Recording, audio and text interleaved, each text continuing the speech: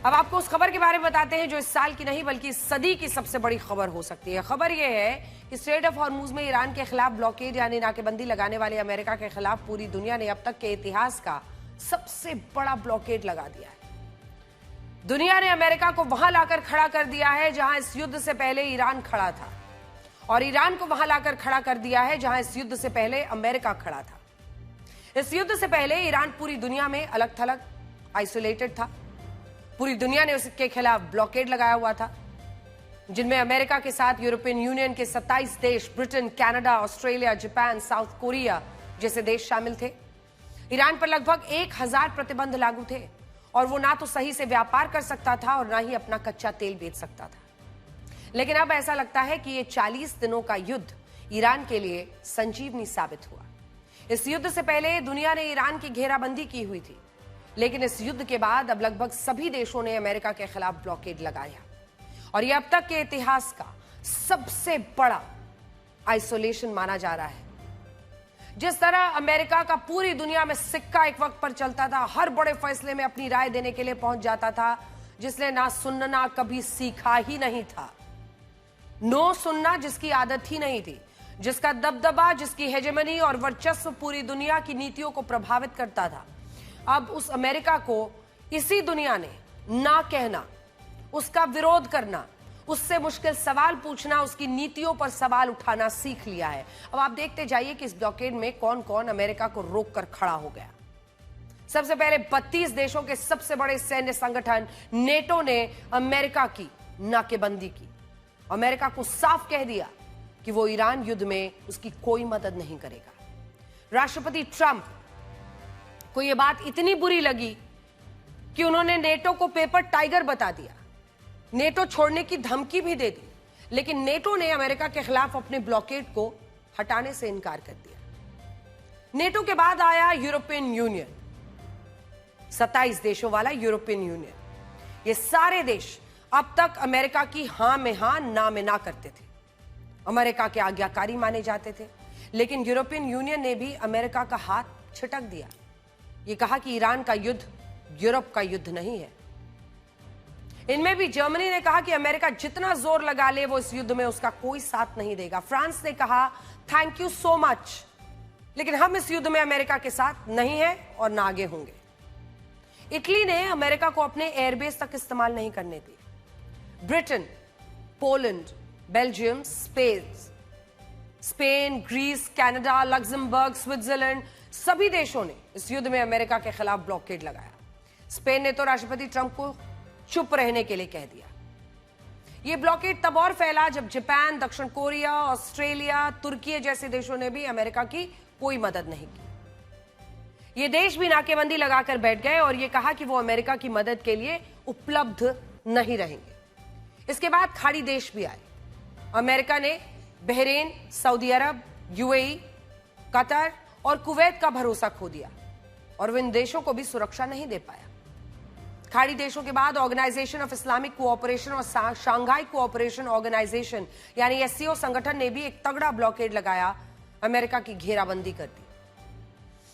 और आज अमेरिका इस नाकेबंदी में कुछ इस तरह से घिरा हुआ नजर आता है। सोचिए इससे अमेरिका की छवि को कितना तगड़ा झटका लगा है। और ऐसा नहीं है कि ये ब्लॉकेड यहीं खत्म हो जाता है। अब चाइना और रशिया भी अमेरिका के खिलाफ एक नया गुट बना रहे हैं और चाइना के राष्ट्रपति शी जिनपिंग ने रशिया के विदेश मंत्री सर्गेई लावरोव से विशेष मुलाकात की है। रशिया और चाइना एक टीम बनाकर ईरान का समर्थन कर रहे हैं और प्रतिबंधों की धौंस जमाने वाले अमेरिका की हेजेमनी को खोखला करने में लगे हैं। और राष्ट्रपति ट्रंप भी इस ब्लॉकेड के दलदल में अब फंसते जा रहे हैं। उनके खिलाफ वेटिकन सिटी में कैथोलिक चर्च के प्रमुख पोप लियो ने भी नाकेबंदी लगा दी और यह कहा कि वो युद्ध का समर्थन कभी नहीं करेंगे, जबकि राष्ट्रपति ट्रंप पोप लियो को पश्चिमी सभ्यता के खिलाफ बता रहे हैं और उनके लिए यह कह रहे हैं कि उन्हें महान पोप बनने पर ध्यान देना चाहिए, ना कि राजनीति में घुसने की कोशिश करनी चाहिए। यानी उनसे भी ठन गई। यह मामला इतना बड़ा हो गया कि इटली की प्रधानमंत्री जॉर्जिया मेलोनी और राष्ट्रपति ट्रंप के बीच जुबानी जंग छिड़ गई। वेटिकन सिटी इटली की राजधानी रोम से घिरी है और इसी वजह से जॉर्जिया मेलोनी ने राष्ट्रपति ट्रंप को कहा है कि वो पोप लियो का अपमान बर्दाश्त नहीं करेंगे। जबकि राष्ट्रपति ट्रंप कह रहे हैं कि वो जॉर्जिया मेलोनी को ही बर्दाश्त नहीं कर सकते। ट्रंप ने जब यह कहा कि इटली को इस बात की चिंता नहीं है कि ईरान परमाणु हथियार बना सकता है, तो इस पर जॉर्जिया मेलोनी ने कहा कि अमेरिका तो इस पर उन्हें ज्ञान ना ही दे। दुनिया के 9 देशों ने अब तक परमाणु हथियार बनाए हैं, लेकिन उनमें इस्तेमाल सिर्फ एक ही देश ने किया है। कौन है वो देश? अमेरिका। और वही अमेरिका आज पूरी दुनिया को ज्ञान देना चाहता है कि तुम न्यूक्लियर हथियार मत बनाओ, क्योंकि दुनिया को खतरा होगा। सुनिए, तो डोनाल्ड ट्रंप मेलोनी के खिलाफ बोल रहे हैं और मेलोनी ने साफ साफ कह दिया है धर्मगुरु को लेकर कि वो उन्हीं के साथ है। राष्ट्रपति ट्रंप की नाकेबंदी खुद उनके अपने देश के लोग भी कर रहे हैं। अमेरिका के ज्यादातर लोग ईरान युद्ध से खुश नहीं है और बड़ी स्क्रीन पर अब मैं आपको दिखाना चाहती हूं, क्योंकि आप देखिए कि अमेरिका के अंदर में भी आवाज बहुत प्रबल हो रही है डोनाल्ड ट्रंप के खिलाफ, और ये उनका सबसे बड़ा हेडेक है। इप्सोस और रॉयटर्स के एक नए सर्वे के मुताबिक अमेरिका के आधे से ज्यादा लोग यानी 51% लोग युद्ध सही नहीं मानते हैं। युद्ध को सही मानने वाले सिर्फ 24% लोग हैं और 22% ऐसे हैं जो इस पर खुलकर अपनी राय नहीं रखना चाहते हैं। तो आधे से ज्यादा आबादी तो इस युद्ध के खिलाफ है, जिसको वो सबसे बड़ा ट्रंप कार्ड मान रहे थे। और इन अमेरिकन का कहना है कि ये युद्ध अमेरिका के लिए फायदेमंद नहीं रहा। सिर्फ 24% लोग इसको सही मानते हैं। राष्ट्रपति डोनाल्ड ट्रंप के अपने समर्थक इस युद्ध के साथ नहीं हैं। रिपब्लिकन पार्टी के 20% वोटर्स इस युद्ध को गलत मानते हैं। ये सिर्फ रिपब्लिकन वोटर्स की हम बात कर रहे हैं। जब आप इस पाई पर आते हैं तो इस पाई में भी 20% लोग जो रिपब्लिकन सपोर्टर्स हैं, जो डोनाल्ड ट्रंप के सपोर्टर्स थे, वो कह रहे हैं कि ये युद्ध गलत है। सिर्फ 51% रिपब्लिकन वोटर्स जो उनके साथ थे वो ये मानते हैं कि ये युद्ध सही है, वो इसका समर्थन करते हैं। लेकिन फिर भी 24% इस पर खुलकर बोलने को तैयार नहीं है, और इनमें से कई लोग ऐसे हो सकते हैं जो इस युद्ध के खिलाफ है लेकिन शायद खुलकर नहीं बोल सकते। उनके समर्थक और उनके वोटर्स अगर आज ये सोच रहे हैं इस युद्ध को लेकर, तो ये डोनाल्ड ट्रंप के लिए सबसे बड़ी चिंता की बात होनी चाहिए। ये सर्वे सीजफायर के बाद हुआ और इससे आप ये समझ पाएंगे कि इस युद्ध ने अमेरिका को ऐसे कई जख्म दिए जो जल्दी नहीं भरेंगे। अमेरिका ने अपने लोगों का भरोसा खोया, नेटो का भरोसा खोया, यूरोपीय देशों का भरोसा खोया, खाड़ी देशों का भरोसा खोया। ऑस्ट्रेलिया, दक्षिण कोरिया, जापान जैसे देशों ने अमेरिका की कोई मदद नहीं की। रशिया, चाइना जैसे जो देश अमेरिका का विरोध करते थे, उन्होंने भी इसका खूब आनंद लिया कि ईरान को अमेरिका सरेंडर नहीं करा पाया। यह बात बहुत कम लोग समझ रहे हैं कि अमेरिका का लगभग हर राष्ट्रपति इसलिए दादागिरी करता है क्योंकि वो इसी काम के लिए चुनकर आता है।